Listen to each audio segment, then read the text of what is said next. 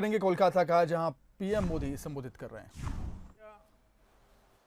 उनके परिजन, यहां उपस्थित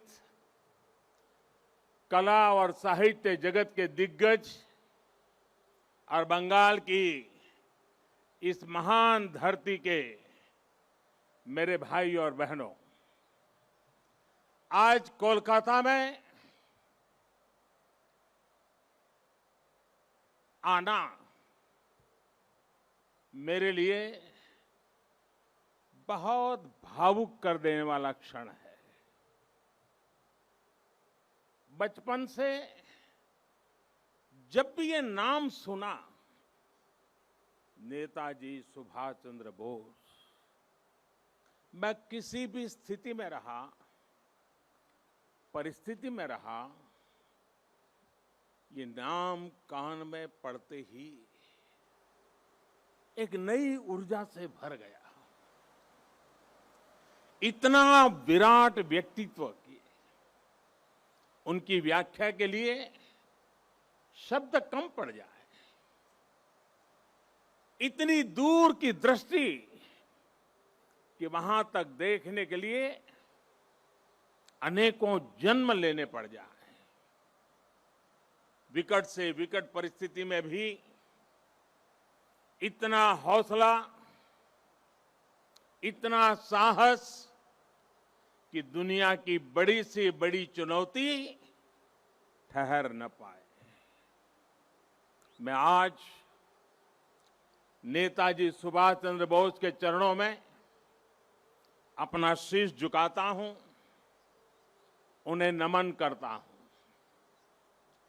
और नमन करता हूं उस मां को, प्रभा देवी जी को, जिन्होंने नेताजी को जन्म दिया।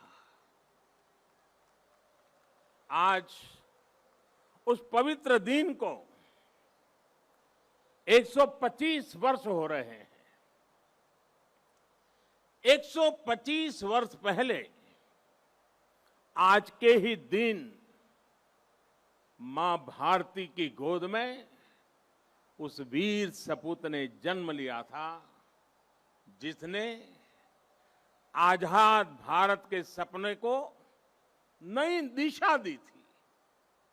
आज के ही दिन गुलामी के अंधेरे में वो चेतना फूटी थी, जिसने दुनिया की सबसे बड़ी सत्ता के सामने खड़े होकर कहा था, मैं तुमसे आजादी मांगूंगा नहीं, आजादी छीन लूंगा।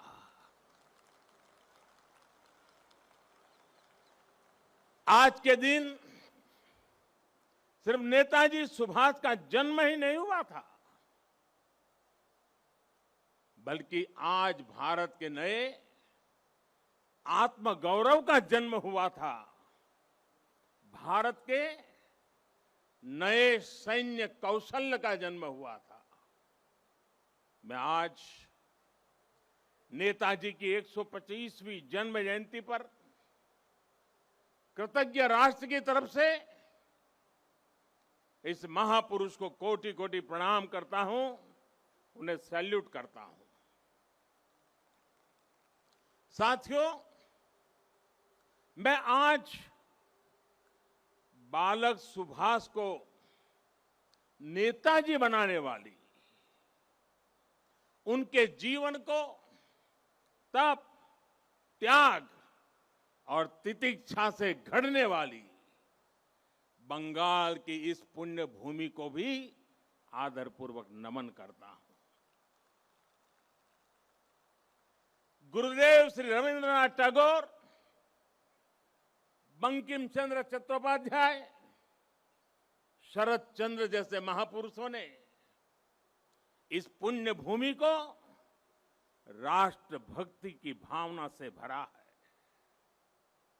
स्वामी रामकृष्ण परमहंस, चैतन्य महाप्रभु, श्री अरबिंदो, मां शारदा, मां आनंदमयी, स्वामी विवेकानंद, श्री श्री ठाकुर अनुकूल चंद्र जैसे संतों ने इस पुण्य भूमि को वैराग्य, सेवा और आध्यात्म से अलौकिक बनाया है। ईश्वर चंद्र विद्यासागर, राजा राम मोहन राय, गुरुचंद ठाकुर, हरिश्चंद्र ठाकुर जैसे अनेक समाज सुधारक, सामाजिक सुधार के अग्रदूतों ने इस पुण्य भूमि से देश में नए सुधारों की नींव भरी है। जगदीश चंद्र बोस, पीसी रॉय, एसएन बोस, मेघनाथ शाह, अनगिनत वैज्ञानिकों ने उस पुण्य भूमि को ज्ञान विज्ञान से सींचा है। ये वही पुण्य भूमि है जिसने देश को उसका राष्ट्रगान भी दिया है और राष्ट्रगीत भी दिया है। इसी भूमि ने हमें देशबंधु चित्तरंजन दास, डॉक्टर श्यामा प्रसाद मुखर्जी और हम सभी के प्रिय भारत रत्न प्रणब मुखर्जी से साक्षात्कार कराया है। मैं इस भूमि के ऐसे लाखों लाख महान व्यक्तित्वों के चरणों में भी आज इस पवित्र दिन पर प्रणाम करता हूं। साथियों, यहां से पहले मैं भी नेशनल लाइब्रेरी गया था, जहां नेताजी की विरासत पर एक इंटरनेशनल कॉन्फ्रेंस और आर्टिस्ट कैंप का आयोजन हो रहा है। मैंने अनुभव किया, नेताजी का नाम सुनते ही हर कोई कितनी ऊर्जा से भर जाता है। नेताजी के जीवन की ऊर्जा जैसे उनके अंतर मन से जुड़ गई है। उनकी यही ऊर्जा, यही आदर्श, उनकी तपस्या, उनका त्याग देश के हर युवा के लिए बहुत बड़ी प्रेरणा है।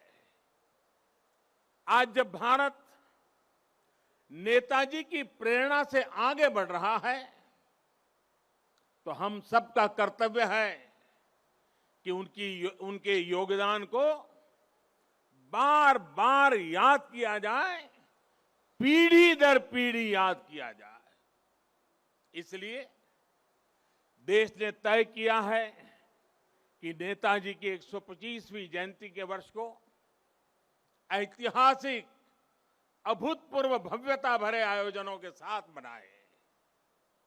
आज सुबह से देश भर में इससे जुड़े कार्यक्रम हर कोने में हो रहे हैं। आज इसी क्रम में नेताजी की स्मृति में एक स्मारक सिक्का और डाक टिकट जारी किया गया है। नेताजी के पत्रों पर एक पुस्तक का विमोचन भी हुआ है। कोलकाता और बंगाल, जो उनकी कर्मभूमि रहा है, यहां नेताजी के जीवन पर एक प्रदर्शनी और प्रोजेक्शन मैपिंग शो भी आज से शुरू हो रहा है। हावड़ा से चलने वाली ट्रेन हावड़ा कालका मेल का भी नाम अब नेताजी एक्सप्रेस कर दिया गया है। देश ने यह भी तय किया है कि अब हर साल हम नेताजी की जयंती यानी 23 जनवरी को पराक्रम दिवस के रूप में मनाया करेंगे। हमारे नेताजी भारत के पराक्रम की प्रतिमूर्ति भी है और प्रेरणा भी है। आज जब इस वर्ष देश अपनी आजादी के 75 वर्ष में प्रवेश करने वाला है, जब देश आत्मनिर्भर भारत के संकल्प के साथ आगे बढ़ रहा है, तब नेताजी का जीवन, उनका हर कार्य, उनका हर फैसला हम सभी के लिए बहुत बड़ी प्रेरणा है। उनके जैसे फौलादी इरादों वाले व्यक्तित्व के लिए असंभव कुछ भी नहीं था। उन्होंने विदेश में जाकर देश से बाहर रहने वाले भारतीयों की चेतना को झकझोरा। उन्होंने आजादी के लिए आजाद हिंद फौज को मजबूत किया। उन्होंने पूरे देश से हर जाति, पंथ, हर क्षेत्र के लोगों को देश का सैनिक बनाया। उस दौर में जब दुनिया महिलाओं के सामान्य अधिकारों पर ही चर्चा कर रही थी, नेताजी ने रानी झांसी रेजिमेंट बनाकर महिलाओं को अपने साथ जोड़ा। उन्होंने फौज के सैनिकों को आधुनिक युद्ध के लिए ट्रेनिंग दी। उन्हें देश के लिए जीने का जज्बा दिया, देश के लिए मरने का मकसद दिया। नेताजी ने कहा था, भारत डाक से रोकटो डाक दिए छे रोकतो के ओठो दांडाओ आमोदेर नोस्टो करार मतो सोमोय नोय। अर्थात भारत बुला रहा है, रक्त रक्त को आवाज दे रहा है, उठो, हमारे पास